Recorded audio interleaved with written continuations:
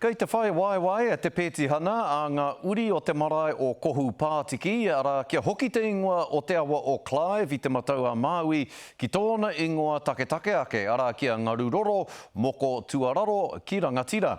Kei a Aroha Tricha, ngā whakamārama. E hara tēnei awa i te wai e rere no ana ki ngā tai o te moana, he tipuna kēia ki ngā whānau o te marae o Kohu Pātiki. We were raised on the ara and we were fed top shelf from the awa. So it does mean everything to us, our tipuna. E upoko pakaru ana te whiu o te wahine nei kia whakahoki anō te ingoa tipuna o te awa. Ngaruroro moko tuararo ki rangatira.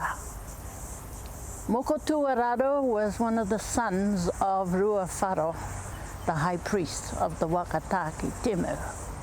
And when he came into the bay, he had 3 sons and he planted them in different areas. And the area that we got was Moko Tuararo, his son.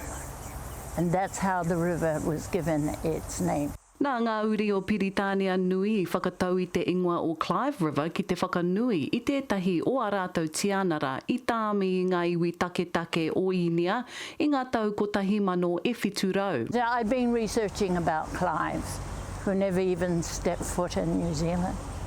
And the taking away of our names has just been part of the colonial process, and it continues to this day. I would say it's up to the iwi.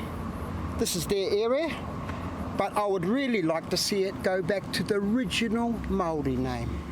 I'm against it, but I say that the river is for everybody, and if they're going to change it, it should have both names on it.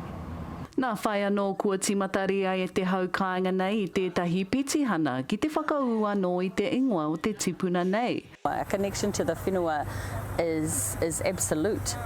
And the whakapapa gives us all the stories and the meaning of everything, and so it gives meaning to who we are. Ka mutu ko te ingoa Māori tūturu o tēnei awa ko Ngaruroro Moko Tuararo ki Rangatira e rere nei. Aroha Tricha, te karere.